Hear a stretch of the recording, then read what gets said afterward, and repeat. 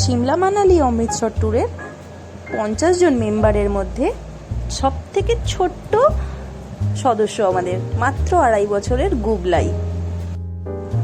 এখন আমরা যাচ্ছি মানালির একটা ছোট্ট গ্রাম শিশুতে। শিশুতে যাওয়ার জন্য আমাদের সবাইকেই, বাচ্চা থেকে বুড়ো সবাইকেই মোটামুটি বরফের ড্রেস পরে নিতে হয়েছিল, কেননা অনেকটাই বড়, পা ঢুকে যাবে, জামা কাপড় ভিজে যাবে, তাই আমরা সবাই বরফের জামা কাপড় ভাড়া করে পরে নিয়েছিলাম। যতদূর চোখ যায় শুধু বরফে ঢাকা পাহাড়। আমি এরকম দৃশ্য আগে কখনো দেখিনি, এই প্রথমবার আমার জীবনে।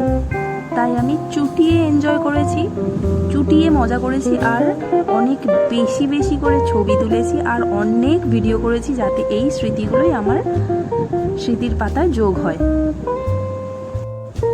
এই শিশু লেকটা আমরা যে হোটেলে স্টে করেছি মানালির, খুব একটা ডিস্টেন্স না, মাত্র 2 ঘন্টা রাস্তা।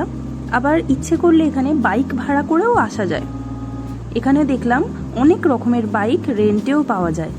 খুব ইচ্ছে ছিল বাইকে করে এরকম একটা জায়গা ফিল করবার, কিন্তু সবার সাথে আনন্দটা তো আর হবে না, তাই সবার সাথে একসাথে এক গাড়িতেই আমরা শিশু লেকে হাজির হলাম। এবার শুরু হলো আমাদের হই হুল্লোড় করা, বাচ্চাদের মজা, বড়দের মজা, সবাই আমরা অনেক মজা করেছি।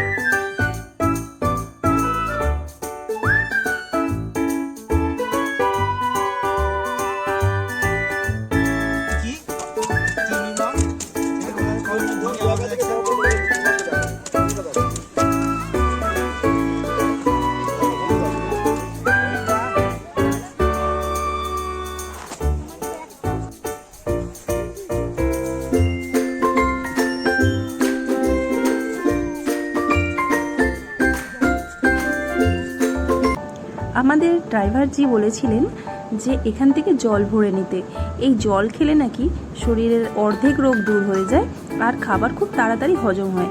এটা কিন্তু আমাদের বরফ গলা পাহাড়ের জল, ঝর্ণার জল। এমনিতেই পাহাড়ে গেলে সবার শরীর মন সব কিছু ভালো হয়ে যায়। তাও আমরা গাড়িতে যে কটা ফাঁকা বোতল ছিল সব কটা বোতলই আমরা ভরে নিলাম। এখন আমরা আমাদের হোটেলের দিকে রওনা দিচ্ছি। তাও মনটা খুব খারাপ, দূরের ওই পাহাড়গুলো যখন কাছে ছিল, খুব ভালো লাগছিল। এখন যখন একটু একটু করে দূরে চলে যাচ্ছে, মনটা বড্ড খারাপ লাগছে।